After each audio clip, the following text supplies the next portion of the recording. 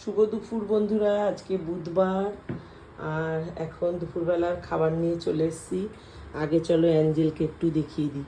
মেঘ গুড়গুড় করছে, ঘরে শুয়েছিল আর ও তো মেঘের ডাকে ভীষণ ভয় পায়। তার জন্য দেখো এই যে টেবিলের তলায় এসে মানে আমাদের পায়ের কাছে বসে থাকবে। তো চলো আজকে কি কি রান্না করেছি একবার দেখিয়ে দিই। এখানে আছে ভাত, আর এটা আছে দুদিনের ডাল, শুকনো ডাল আর কি। ডালটাকে শুকনো করে রেখেছি। এখানে মুগ ডালও আছে, মুসুর ডালও আছে। মানে কালকের মুগ ডাল ছিল, পরশু দিনের মুসুর ডাল ছিল, একসাথে না দুটোকে নিয়ে ডাল শুকিয়েছি। আর এটা তো ভীষণ মানে একটা লোভনীয় খাবার, অনেকেই ভালোবাসো এটা, আমরা তো ভীষণ ভালোবাসি। আর আর করেছি ওই সব রকম সবজি, কাঁকরোল, পটল, গাজর, কুমড়ো টুমড়ো দিয়ে একটা তরকারি করেছি ধনেপাতা ছিটিয়ে। আর এই ডাল শুকনো খাওয়ার জন্য এই যে এখানে সর্ষের তেল নিয়ে এসেছি একটু বাটিতে করে, বোতলটা নিয়ে আসবো তার জন্য বাটিতে করে নিয়ে নিয়েছি।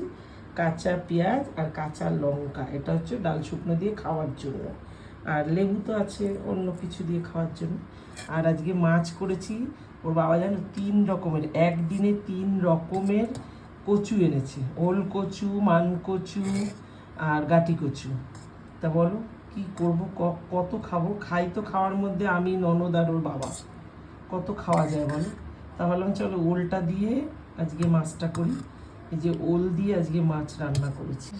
এবার খাবার শুরু করি। খাবার বাড়তে এই যে ননদ থালায় হাত দিয়ে বসে আছে। ননদ থালায় হাত দিয়ে বসে আছে। ভাত বেড়ে নি। প্রত্যেকদিনই ছেলের জন্য একটু দেরি হয়। ছেলেকে ফোন করি, স্নান করে এসে যদি কাছাকাছি থাকে তাহলে তো খেতে চলে আসে, আর যদি কাজ থাকে তাহলে আজকে আর ফোনটা ধরলো না, তাহলে আমাকে ফোন করে বলে দেয় যে মা আসছি বা কিছু। ওর জন্য চিকেন স্টু করেছি, তা ওটা তো একটুখানি গরম করতে হয়, গরম গরম ছাড়া খায় না। প্রেশার কুকারেই করেছি, তার জন্য ছেলের চিকেন স্টুটা আসলে একটু গরম করে দেবো। গরম গরমই খায় চিকেন স্টু। আমার ছেলের একটা সুবিধা কি বলতো, খাওয়ার একটু সমস্যা ঠিকই, এটা ওটা খায় না, তবে যেটা খায় একটা পদই খায়।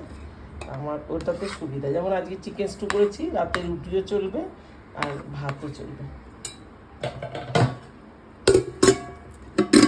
তাহলে আগে আগে কি দেবো, ডালটা আগে দিয়ে, হাত দিয়েই দিয়ে, আর কোনো হাত আনিনি। এটা দিয়ে খা আগে।